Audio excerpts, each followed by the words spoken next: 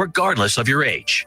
All you need is Medicare or private insurance to be potentially eligible. Call the Diabetes Solution Center right now for details. Just takes a couple of minutes. Our friendly, knowledgeable agents will give you free, no obligation information, handle all the insurance paperwork, and make sure your supplies are delivered directly to your door for free. Call U.S. Medical Supply 24 hours a day. 800-597-9323. 800-597-9323. 800-597-9323. Call right now. 800-597-9323. Let's be honest. Wheelchairs are heavy, bulky, and ugly. If you carry a wheelchair in your car to take care of a loved one, you know how hard it is getting that clunky, old-style wheelchair in and out of your car. Introducing the Feather Chair Wheelchair. At 13 pounds, it's the world's lightest wheelchair. It folds in seconds and fits neatly in your trunk, backseat, or closet, so you can take it everywhere. And it's only available right here. Order yours today and get a free wheelchair case, a $50 value, yours free. The Feather Chair. The world's lightest wheelchair is just $4.99 with easy payments as low as $16 a month. Sorry, no Medicare or insurance accepted. So call right now to order yours. 800-823-5826. 800-823-5826. 800-823-5826. That's 800-823-5826. Fast Track Student Loans can get your student loans out of default, stop any wage garnishments, stop collection calls, and stop seizure of your tax refund. Give yourself a break. Stop the stress and get your student loan payments down to as little as $25 a month based on what you can afford to pay. 800-709-4395. 800-709-4395. 800-709-4395. 800-709-4395. If you're trying to quit drinking or doing too many drugs, listen to me. You don't know me and we'll never meet. I had a problem like you once. I drank and used to party a little too much till it got out of control and almost ruined my life.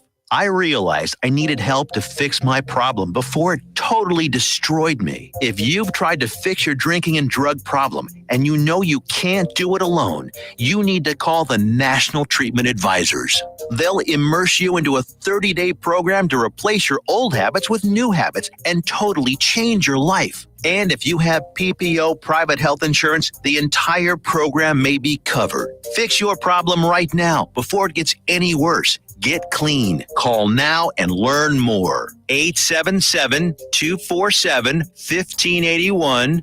877-247-1581. 877-247-1581. Fast Track Student Loans can get your student loans out of default, stop any wage garnishments, stop collection calls, and stop seizure of your tax refund. Give yourself a break. Stop the stress and get your student loan payments down to as little as $25 a month based on what you can afford to pay. 800-709-4395. 800-709-4395. 800-709-4395. 800-709-4395.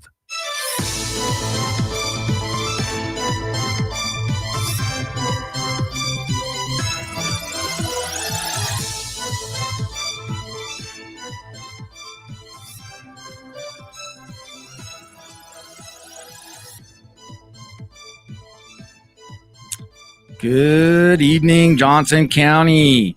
Well, welcome here. We're at the Texas Transparency Project. And in this week's episode, we are going to be talking with families engaged for effective education. So the Texas Transparency Project airs most Thursdays at 5 p.m. here exclusively on JOCO Community Radio. JOCO Community Radio focuses on all the ins and outs of Johnson County, Texas. JOCO Community Radio has many shows and airs 24 hours a day. You can visit the JOCO Community Radio Facebook page to watch shows live or to see replays. Also, you can go to www.jococommunityradio.com, where Apple and Android apps are available. Tune in to get the ins and outs of all things Johnson County. Here at the Texas Transparency Project, we focus on 3 relevant topics applicable to residents of Johnson County and do what we can to shed light on how they affect all of us. Texas, state, and federal politics, when they're applicable to us here locally at the local level. Texas local municipal, city, and county politics, and Texas school politics, specifically regarding schools, is school districts, school boards, and school bonds. You can learn more about the Texas Transparency Project and our work at www.texastransparencyproject.org, our Facebook, Texas Transparency Project. Regarding school districts, we use resources to help navigate the complex issues with local ISDs. We rely heavily on Families Engaged for Effective Education. So who is Families Engaged for Effective Education? And why do we rely on them? Well, their mission or their goal of Families Engaged is to educate parents, citizens, lawmakers on the damage of legislation which undermines the family, our public education system, and our constitutional republic. So what problem have they identified, or what are they trying to fix? Well, the government education system in Texas is failing students and families. Students are not receiving the quality education required by our state constitution, empowering parents to help them understand their rights, and returning true local control of education to parents are among the top goals of Families Engaged for Effective Education. And what's the solution? What have they dedicated their mission to? So they want to teach parents how to use their God-given rights to guide and direct their child's heart, mind, and soul to critically important in today's when state and federal legislation, school districts, and cultural norms are aimed at destroying parental rights and family values. Our churches, this is important, must return to their established place in our communities by engaging and subsidizing broken families in order to support educational assistance that will lead to long-lasting student success. They have a local chapter here in Johnson County, and they can be reached through their website at www.familiesengaged.org. So this leads us to tonight's episode and our guest intro. Tonight's guests, we're blessed to be joined by 2 of the co-founders of Families Engaged for Effective Education, Ms. Mary Lowe and Ms. Lynn Davenport. Again, we here at the Texas Transparency Project, we rely heavily on this organization for their wisdom, knowledge, and expertise on all things public schools, because they laser-like focus on everything relating to the public education, all the way from federal overreach, state legislative issues in action, all the way down to local ISDs. They get results. They have the attention of the Texas legislature, but most importantly, they fight in the trenches and help selflessly across the state.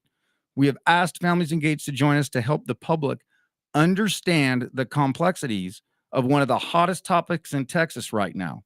Texas is quickly approaching the primary election. It is March 5th, and there's a ton of horsepower regarding the school choice issues. And it's important to many of us here in Johnson County. There's a lot of confusion and misunderstanding about this issue, and many candidates are running on a pro-voucher, pro-school choice education savings account platform. So today, we're going to clear up a lot of the confusion.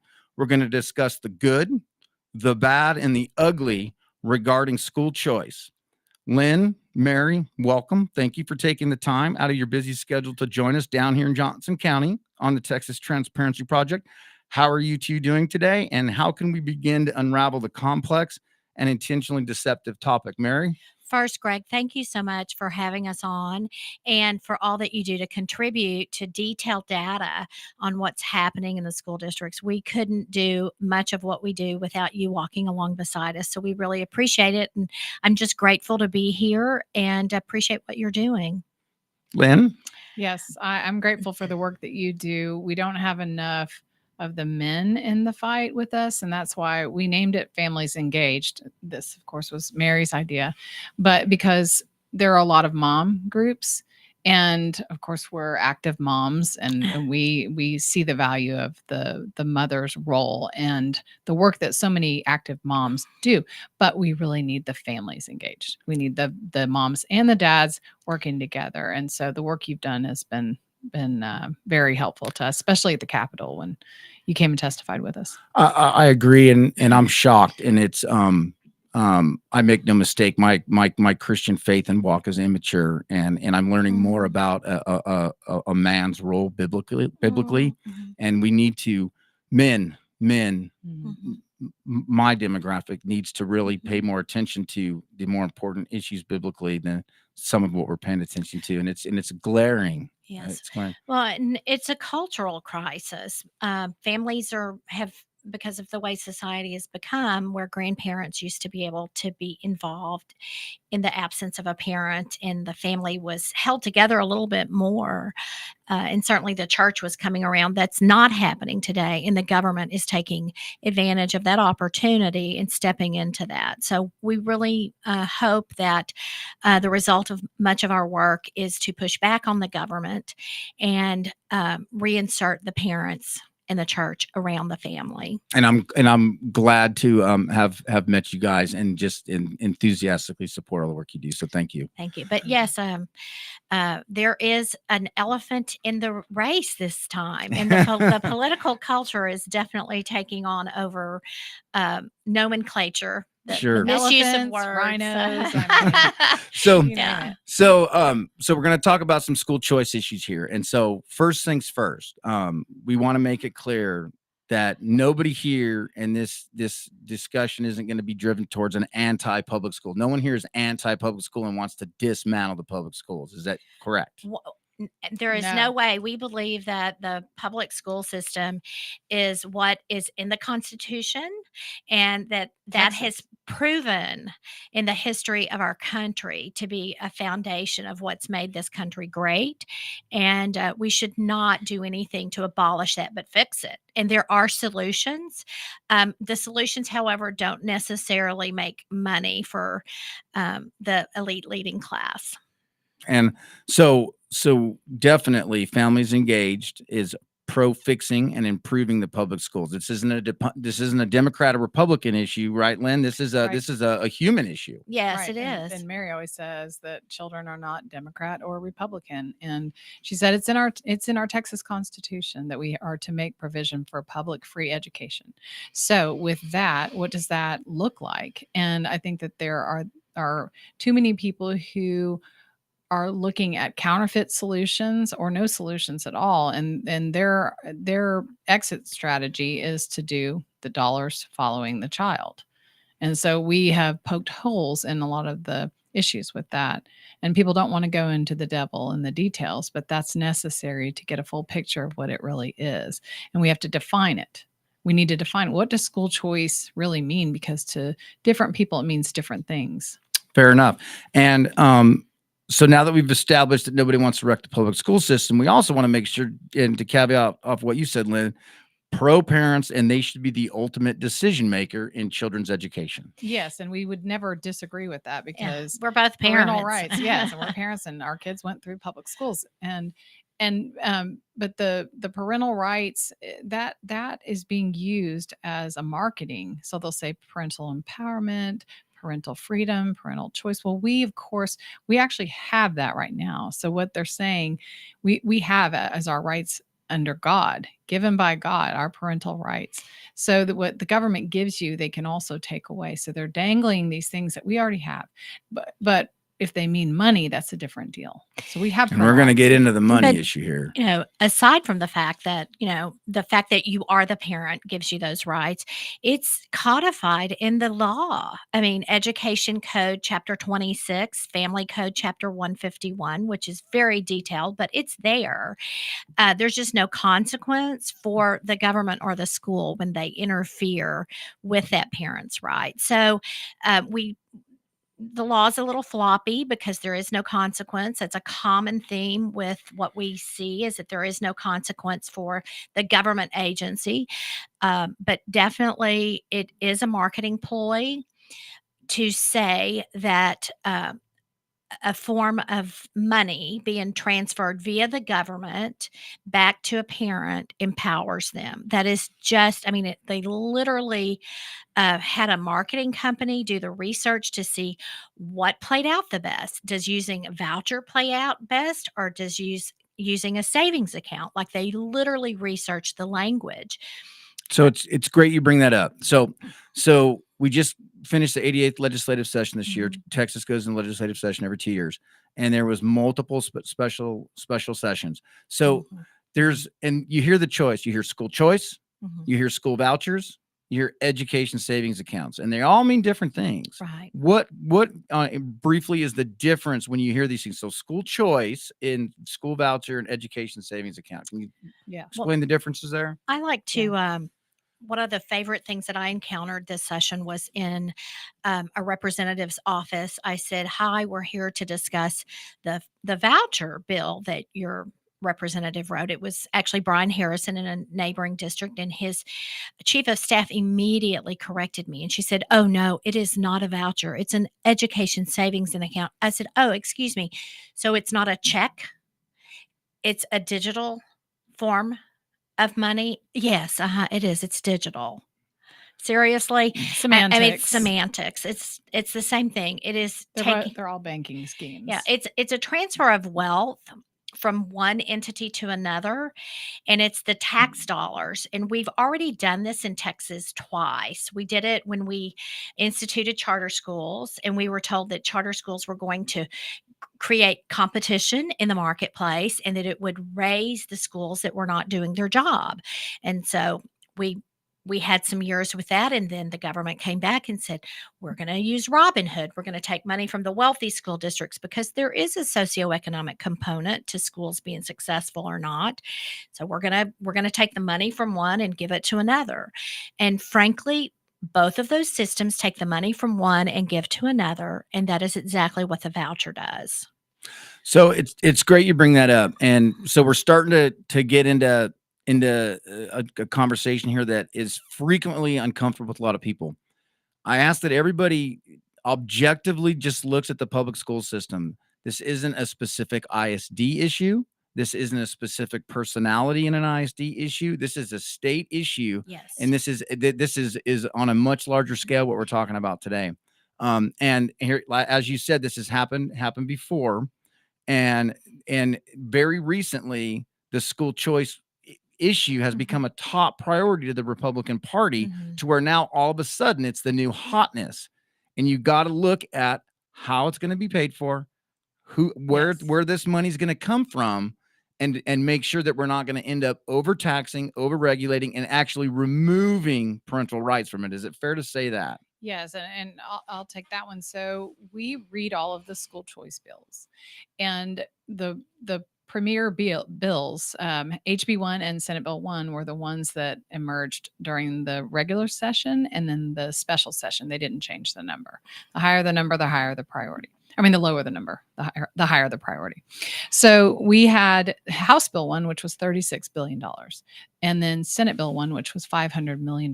So if you read the devil in the details, as I mentioned before, those bills all had layers and layers of not only spending and a massive fiscal note to them, they also had the layers of bureaucracy and growing the government, growing the TEA, growing the comptroller's office, which is what the money would be funneled through. So those are things that if people say they're fiscal conservatives, the two, they don't jibe. They don't match up. It's certainly an oxymoron that it has been the Republicans that have grown the government in the past many years, where that's not part of the ideology or the principles of the Republican Party. It is to be a conservative and to have smaller government. So they're inconsistent and incongruent with one another. It just it's astonishing. If their guy is in the position, Mike Morath, they think he's a conservative, so they think if their guy is in there, then it's okay. So Mike Morath is the the commissioner for TEA. Yes. He's basically the HMFIC of education in Texas, and he's a liberal out of Dallas ISD. Is it fair to say that? Yes. He's a poverty And pimp, yes, and he's appointed by the governor, and he's a software entrepreneur. He's not an educator, and he came from the Dallas ISD school board, TASB trained, so Texas Association of School Boards trained, which is it's The It's lobby. another way. It's a lobbyist firm, but it's another way they do education and they provide insurance for school districts. But it's basically another tax funded agency where they take our money and then use it against us. Sure. So, And hopefully you guys will commit to come back on after Yeah. this primaries before the May school board Yes, elections and talk more about TAS and TASB. That's a great Yes. point. So now that we're getting into Republicans and Democrats, let's talk about some of the key players here in Johnson County. March 5th is the primary. So what is a primaries? Primaries is Democrat versus Democrat, Republican versus Republican, to see who we as voters will vote for to represent us in November. A lot of people overlook the primary, and this is a very aggressive primary session. And one of the big issues is the school choice issue. So first, we want to throw a bone out to Miss Pat Hardy. She's District 11's State Board of Education representative. Yes. And can you talk a little bit about Pat Hardy and the value that she is to parental rights here in Johnson County and in her district? So first of all, Pat, there is not another elected official that I know of that actually goes to bat and walks through solutions for people who are not even in their district. I don't believe that Member Hardy has ever not helped someone that's reached out to her. And she's also extremely accessible. But beyond that, her resume is incredible. She has not, a lot of people say that, she's not always been conservative. I am not aware of her ever making a liberal vote. And since I've been there, going and watching and holding accountable, she's protected the children with sex education in the curriculum and the TEKS there, or what they have to learn according The to the state standards. law. And her coming up, we are going to be redoing the TEKS for social studies and government and history. And that is Miss Hardy's area of expertise. And it would be a travesty to not have her as a member on the board during a time that her educational expertise is not used. And there are just a few members of the board that have that knowledge as well as the institutional knowledge. I mean, And she used the to school work for National choice- Geographic, so she's respected. And the school choice and charter lobby is coming after some of our most conservative state board members for these issues. So they're targeting actual conservatives and trying to bump them out because they want carte blanche. They want the commissioner to have the authority through these state board members to bring in more charter schools. So a state board member has a vote for the commissioner that oversees what our kids will actually learn. So Miss Hardy's position is a lot more important. It's kind of, a lot of people don't see it at the forefront. And I met Ms. Hardy recently. And for anyone that thinks that she doesn't care or that she's not concerned, she was at Unveiling the Crisis, which was about sex child trafficking.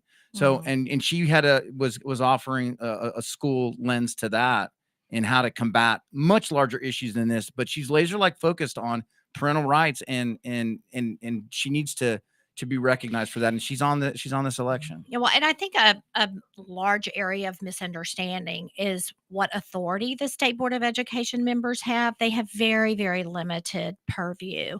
They vote to change and modify the TEKS, the Texas Education Knowledge and Skills, which is what the state mandates the school teaches.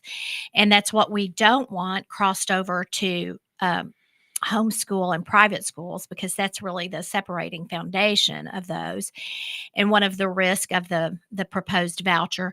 But she also has the right to approve or decline a submission to be a charter school in the state of Texas. And I've watched this current sitting board, and they are very concerned about that these charter schools provide thoroughly, efficiently, and that they're well overseen before they approve them. So I appreciate her role in those three things. And then they do approve the curriculum. Well, and that goes back to the definition of school choice. So we need to define what that means. It means different things to different people. So charter schools actually fall under school choice. School choice also is given within ISD. So say Dallas ISD, you could go. Their version of school choice is a magnet school or a STEM school. Burleson has different schools like that. So they people call in them Johnson schools County will of be choice. familiar with it. So, and then you've got the homeschool. That's another version of choice. And then you have the vouchers and education savings accounts, which you had opened us up with. Mm-hmm. So, and we're going to get to that probably in our second segment here, but sticking with influential members that are on this, involved with this primary. So we're in the 58th House District here, and our current representative is Mr. Dwayne Burns, and he's taking a lot of heat now for not voting with Governor Abbott on the school choice bill. He's being challenged by Miss Helen Kerwin and Mr. Lyndon Laird, and all three of these candidates will be on Texas Transparency Project before the primaries. Great. And so we're really excited to hear first why Representative Burns voted against the school choice school voucher, Greg Abbott, House Bill 1, and why Helen Kerwin and Mr. Lyndon Laird are going to challenge them. So they will all be on this show. What would you like the three of these individuals that Johnson County residents have the opportunity to elect to know about how to determine whether or not these bills are good or not? I ask them if they've read them or not. So real quick, that's a great point. H Bill 1 is 177 pages of dry, bland, boring to read, expensive verbiage. So go ahead with that. And there's so much, there's so many, it's a Christmas tree and they're just hanging the junk off of it. And they literally, this bill was a bill where they were trying to get teacher raise, and there was pressure to do something about teacher raise and school funding. And so they poison pills. Yes, they call it. Yeah. So they decided that they would merge the bills together, and they do this often. This is an omnibus. Mm-hmm. It's somewhat of an omnibus. Yeah, because it can't stand alone. That's the problem. So Okay. they throw in everything but the kitchen sink to bribe and dangle all these things so that those who are against vouchers would then accept it. So but they held firm against it. So an omnibus, I'm going to define this, is it's a bill or a proposed law that covers several diverse or unrelated topics. It's in a single document and accepted in a single vote by legislator, but packages together several measures. So that's what an omnibus is.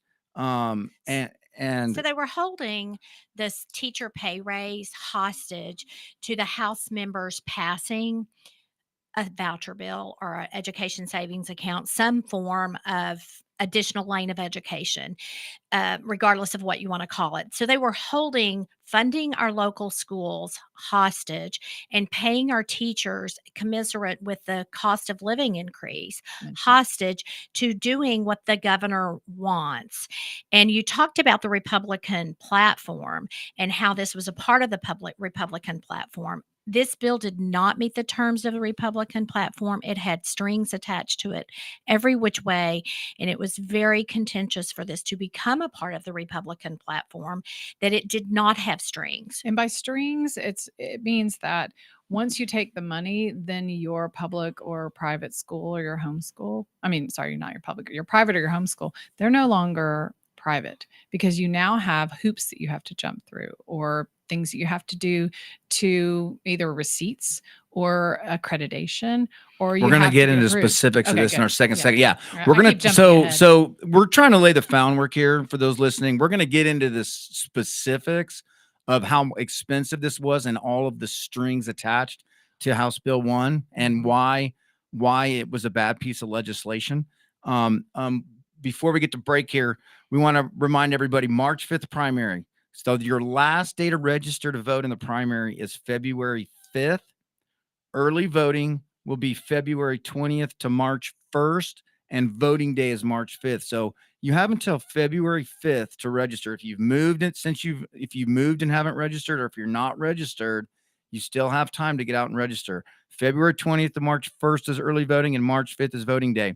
And here again, we're going to have the three Texas 58th House candidates on Texas Transparency Project, and Miss Hardy really did a good job. So Yeah. what do you guys want to end with our first segment here real quick before we dive into the very specifics of on Pat Hardy real quick. And so people don't understand what the role of the state board is, and it's not to micromanage the ISDs. It has nothing to do with the books in the libraries. Even their role is the TEKS and the standards. So that you have a lot of people running for state board right now who are misleading the voters into what the state board actually does. The ISDs are local decisions, locally elected boards. The state board, they are elected for the state education, and that's an important distinction. And I would say that it's really important for people to know that if they've gotten a mail piece Mhm. that has been negative about the incumbents in the State Board of Education, we have not seen any of the allegations to be true. It's false. They're literally hit pieces on these members. and here in Texas, we are independent school districts. We want to retain the local control of that. Pat Hardy does that. So we're going to come back and talk more specifics right after the break.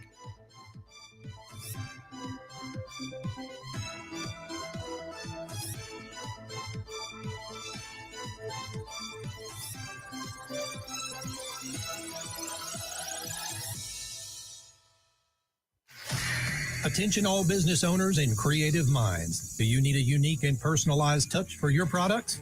Look no further than Romika Laser Engraving and Custom Designs. I'm Ron Phillips, co-owner of Romika Designs. We offer custom laser engraving services for a variety of products, including promotional items and corporate or personal gifts.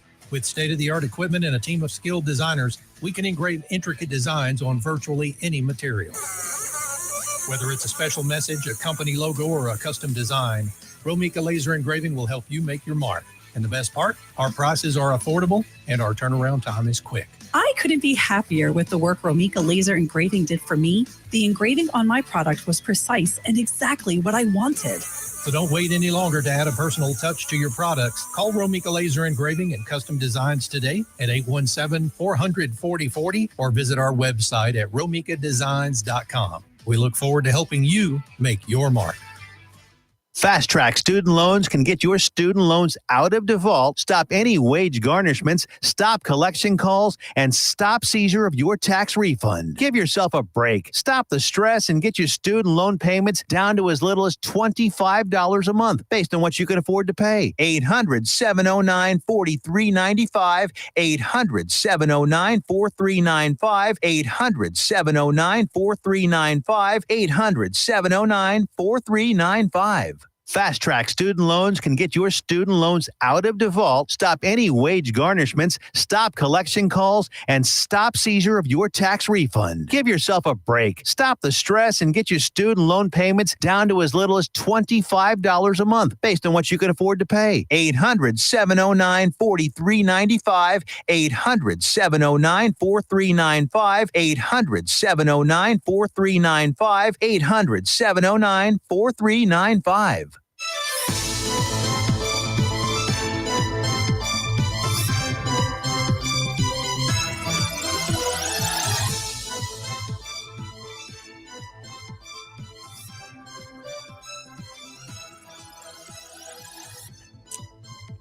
Welcome back to the Texas Transparency Project. We're here with Families Engaged for Effective Education.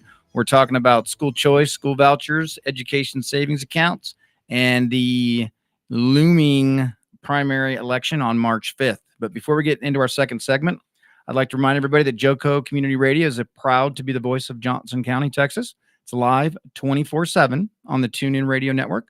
TuneInJoCo.com is the place to find all the ways to listen and watch, and the station app is also available for free on Android and Apple devices. Simply search your store, check out our lineup and more at JoCoCommunityRadio.com. This episode and more brought to you by Next Level Claims, making your insurance work for you. Reach out to your Texas sales rep at 844-TEX-HAIL. That's 844-839-4245, 844-839-4245. And be sure to dress your arms and more at the Tiffy.com if you need some accessories to a little bit of bling in your wardrobe. So we're here with Lynn Davenport, and we're here with Mary Lowe, and we're talking. And the goal of the show is to clear up some misconceptions about school vouchers, school choice, and education savings accounts. And we're going to dive into the cost and the strings of HB1 specifically, since that's the biggest contentious seat here. We're fortunate that we have all three candidates coming back on. But let's talk about what the role of the public school is before we dive into our second segment. So Education Code 4.002 describes the 4 goals of the public school system. 4, and that's it. And it is exemplary performance in the reading and writing of the English language, exemplary performance in science, exemplary performance in social studies, and exemplary performance in mathematics. That's it. So the bigger the school system gets, you always need to go back and make sure you're focusing and mastering those 4 goals. Those are very, very, very important. So a lot of people upset that school choice, school vouchers, education savings account, House Bill 1 did not pass. Mhm. There was a reason. I did not support that bill. I thought that bill had way too many strings attached and would have cost taxpayers a substantial amount of money. And the reality is, the Texas State Legislature is actually doing things trying to save taxpayer money. There is legislation. They did a homestead, put on the constitutional amendment for a homestead exemption increase. They are doing and taking traction in there, and that's been appreciative. And here locally, we have a local Facebook group. It's run by an individual named Craig Hunley, and he's worked for 4.5, 5 years, and he's been pushing property taxes. He's great. He's great. He is great. And We know of him. and people, every county needs to replicate what Craig Hunley did. And if you're for elimination of property taxes and you think property taxes are too high and you don't want to be taxed out of your home, you definitely need to read any school voucher, school choice, education savings account bill to make sure it's not going to creep up on you and end up wrecking you property tax wise. Is it fair to say that? All bills. Yeah. Yeah. We have to read all bills because most of them come with spending and a fiscal note.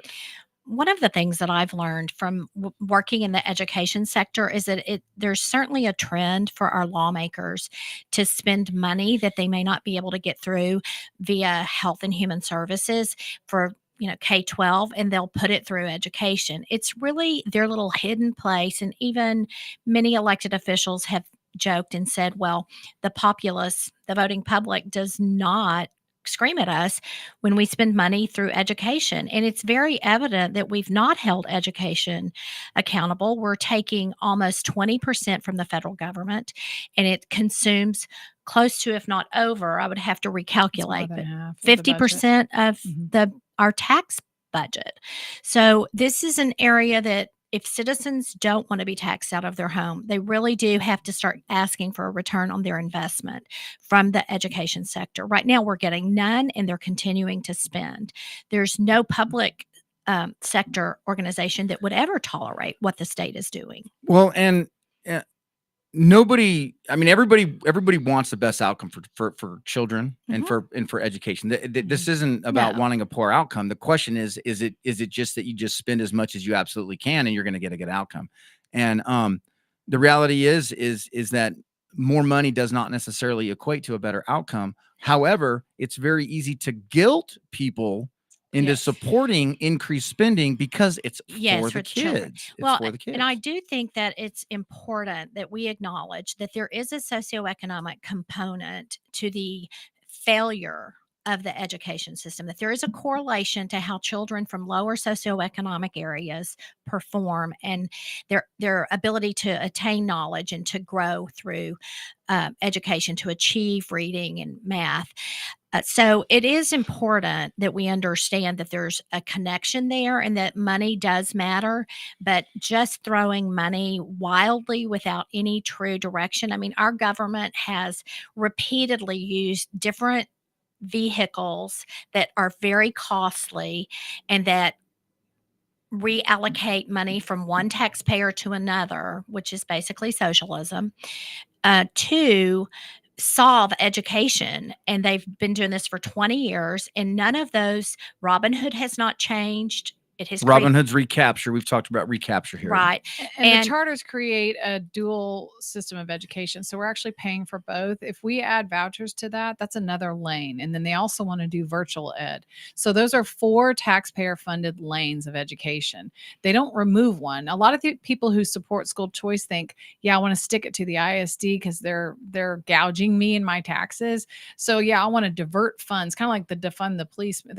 They want to defund the schools through school choice. That's not how it works. It adds another lane. It does not take away from it. Now, a small percentage it will take butts in the seats. Yes, but we're not talking about a large percentage. Well, and they were still going to, kids that were disenrolled Yeah. that would be enrolled in a private school or a homeschool, the school districts were still going to receive a hefty allotment. Right. for a And period this of time. is so now we're getting into it. Now we're getting into it, folks. The school choice, school vouchers, education savings accounts, HB1 would have passed. 20% of the kids from ABC ISD are removed to go to homeschool. The school districts would still be receiving the money. Right. And so, well, where's it come from? Us. Us. Mhm. So this your people are wrapping give it. me It my doesn't money. make sense. So, well, me and my this money back. particular bill said Sir- that it was going to come from not education, but from the general tax fund. And that general tax fund was where we were overtaxed and we had this Surplus. surplus. And so it was very specific. That was where it's going to come from. And they did that because one of the big oppositions with legislators was that it would defund and take the money away from the public school system, and they did not want to do that, and they weren't willing to do that. So they said, oh, we're going to go over here and take the money that the public has overpaid and we're going to spend that. But guess what? That's going to run out.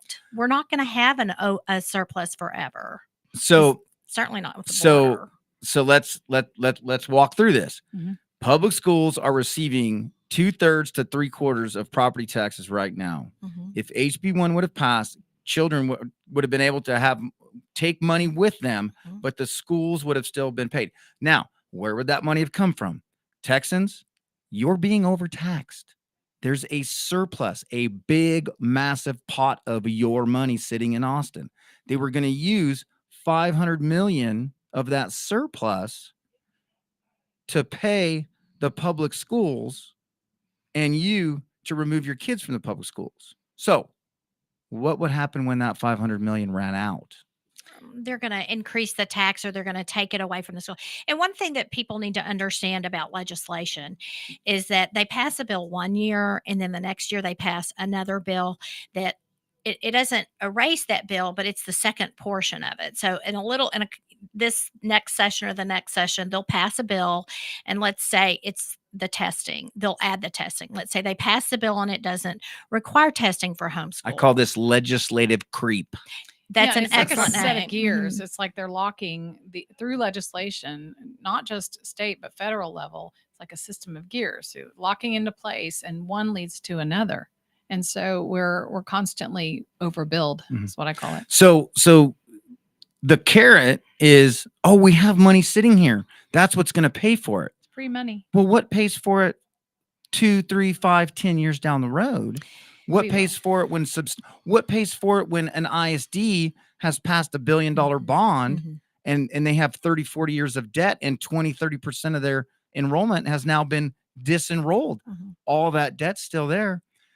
Well- These are all in these bills.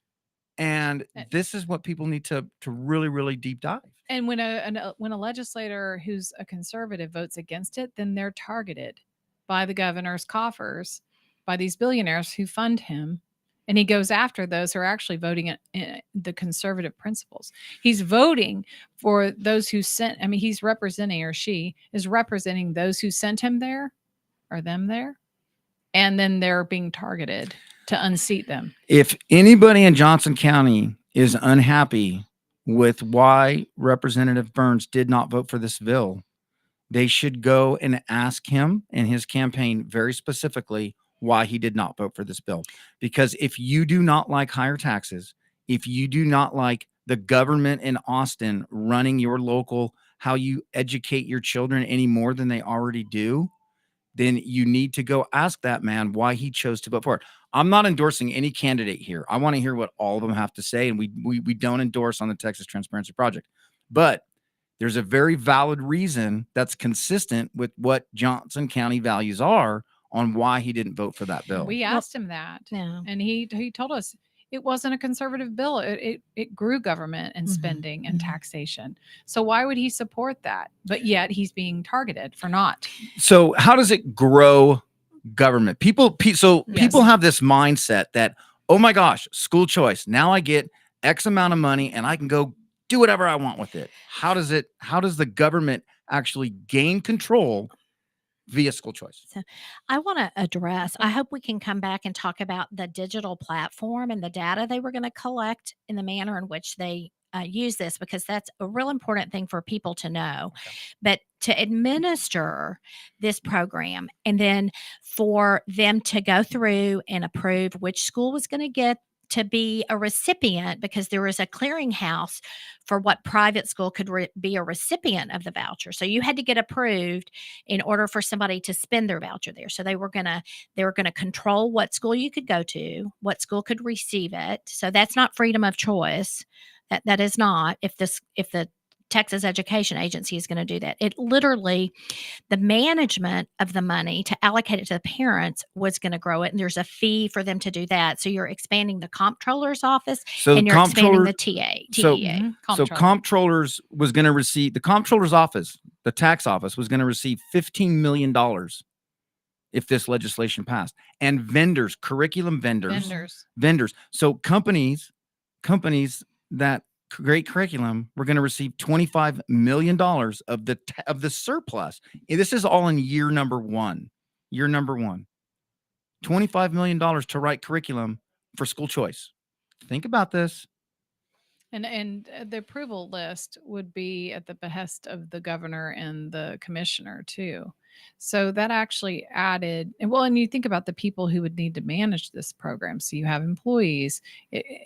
How many TEA was going to, Texas Education Agency, was it over 100? It was 75. 75. No, 100? 75 was that House was Bill for- 1605. This was 100. Yeah. And 100. and it would continue to escalate because the amount of vouchers or education savings accounts that they would grant were also slated to accelerate. So the cost of the program accelerates the longer it exists. And ultimately, it would begin to have to come away from the public school funding because the public schools would lose that.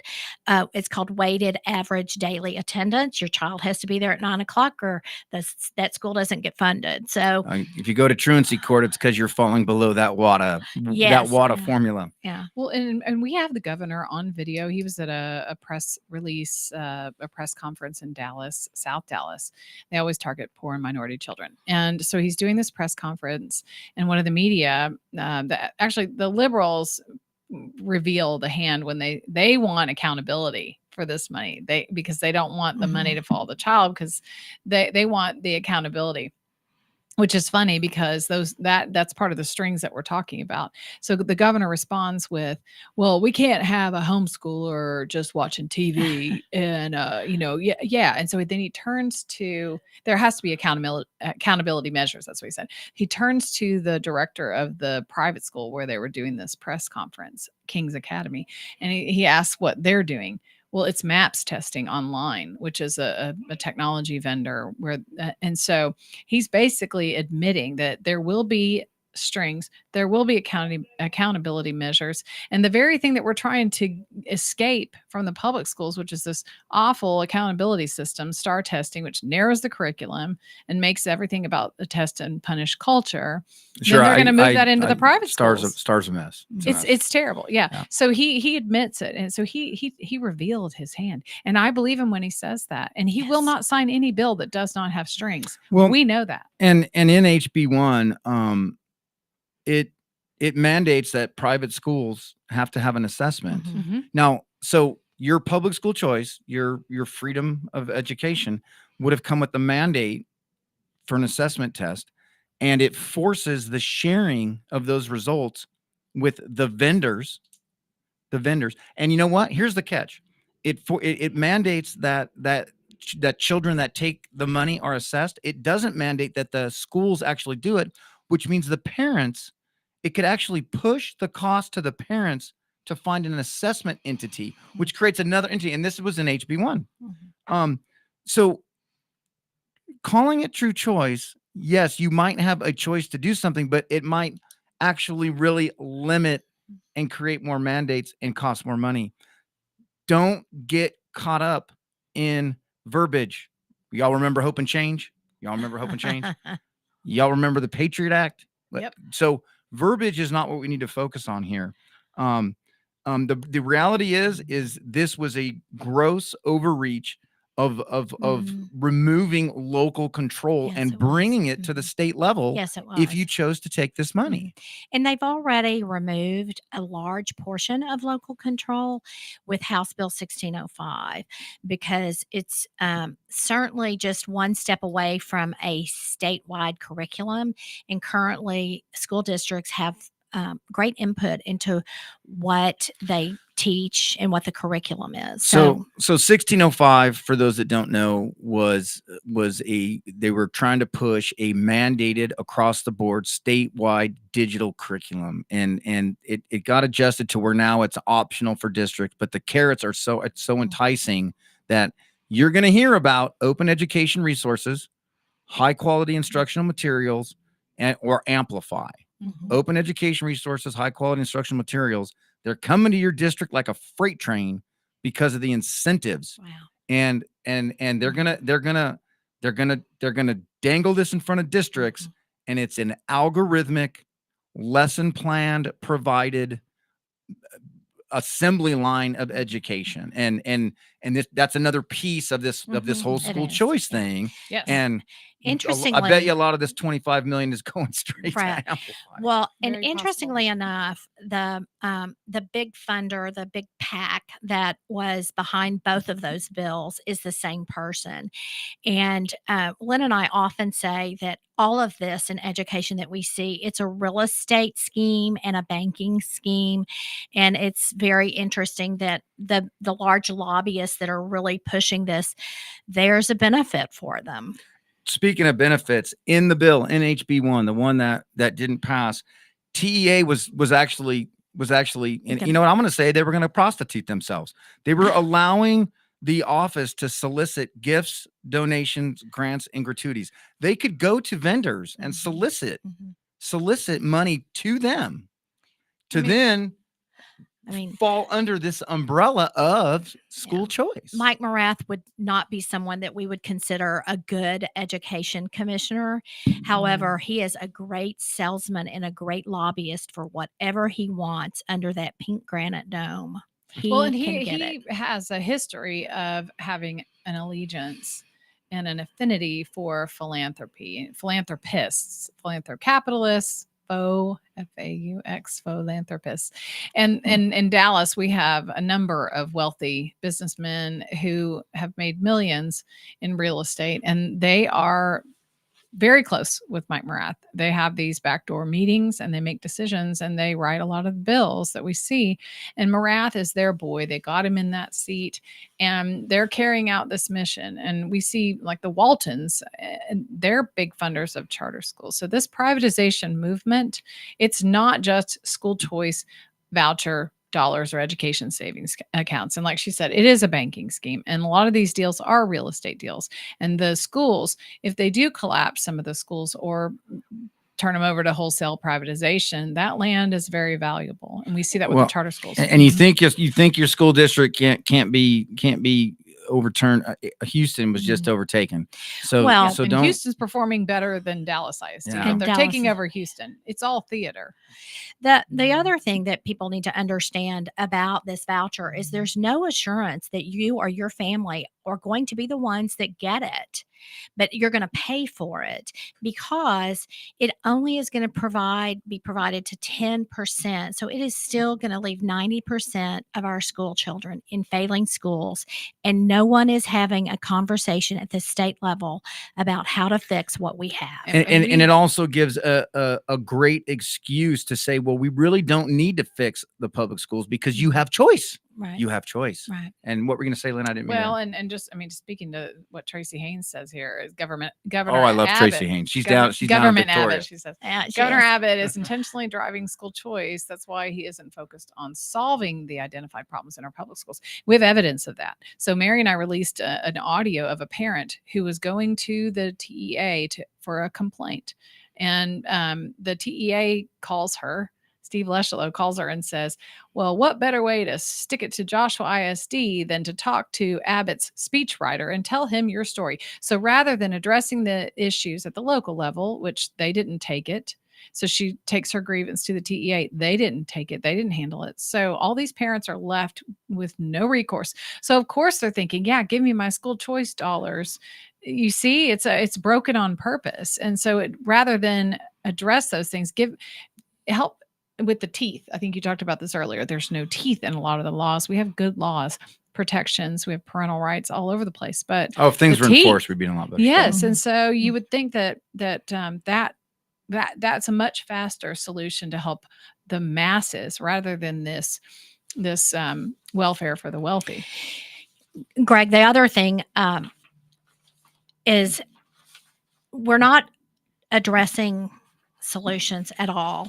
And in this election cycle, the governor has not at any iota turned to any kind of solution. He is just trying to tyrant. find people that will, and to the extent that he'll say, if you will sign an oath to vote the way I want you to vote, then I will donate X number of dollars to your campaign. He's bribing them. He's bribing them. $350,000 to some of them. And This- Johnson County residents, remember, you're electing your representative. So Mr. Laird, Ms. Kerwin, and Mr. Burns, you got three choices. You're electing these individuals to take your values, to not be bought by Abbott and vote for Abbott. So it's great. Or any you bring that up. donor. Or any donor. So it's very critical because at the heart of what's happening, even through our education system, is the total undermining of the constitutional republic and the representative form of government that Texas has been founded on and has, been a great state. We can be a great state again. If we go down this path, we are going to lose a decade of children. We cannot wait to fix the education system that kids are currently in. We do not have time to wait for charter schools to take them all in or for everyone to take them out of homeschools. We are wasting a decade of children. Absolutely. It's a humanitarian crisis when you waste a child's life.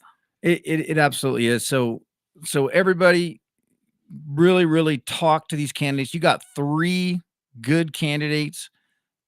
Ask them, go meet with them. They're doing plenty of events. We're going to host all three of them on this show. We'll have call in when they come in. We got a couple minutes left. Mm-hmm. Do we want to talk about the public-private partnership and how they're going to wreck daycare down to 3-year-olds with HB1? Do we want to talk about the communities and schools financial incentive or tech, especially with SPED and how it was going to drive tech with SPED? How do we want to end this with a little Lynn, short take time we have that. left? I think we end with tech because the money that we could save in eliminating the wasteful and harmful technology, we could spend that on paying the teachers, training the teachers, and then bringing the kids up to a grade level where they should be, going back to old school time-tested ways of learning, books, paper, pencils, great teachers, bring back teachers and ask them, the teachers who have fled, bring them back. Make the learning conditions and the school climate We're better. not denying that there are some children that will, especially not in K-5, but in older ages, if there are some children that will have special exceptions, that they'll want to have some online learning, but Sure. that teaching our children how to have human relationships is still a critical part of living in a society where we all get along.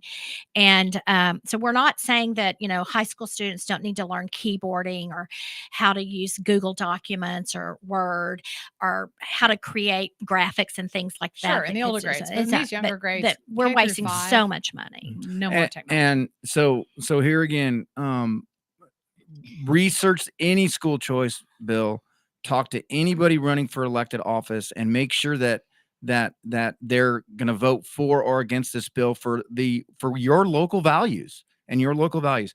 This would have significantly over time raised taxes. It would have cost more. It would have depleted the surplus. The surplus is your money. It should go back to you. It's a sign you've been overtaxed. There's only 4 goals in the education code: math, science, social studies, and English. Lynn Davenport, Mary Lowe, Families Engaged for Effective Education, familiesengaged.org. We'll have the candidates on. See you next week. Thank you.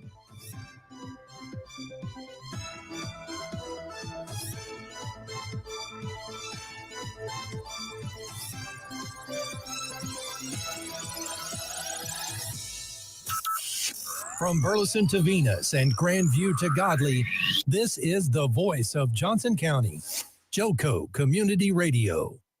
Hey, travelers, do you want to save money on your next flight? Then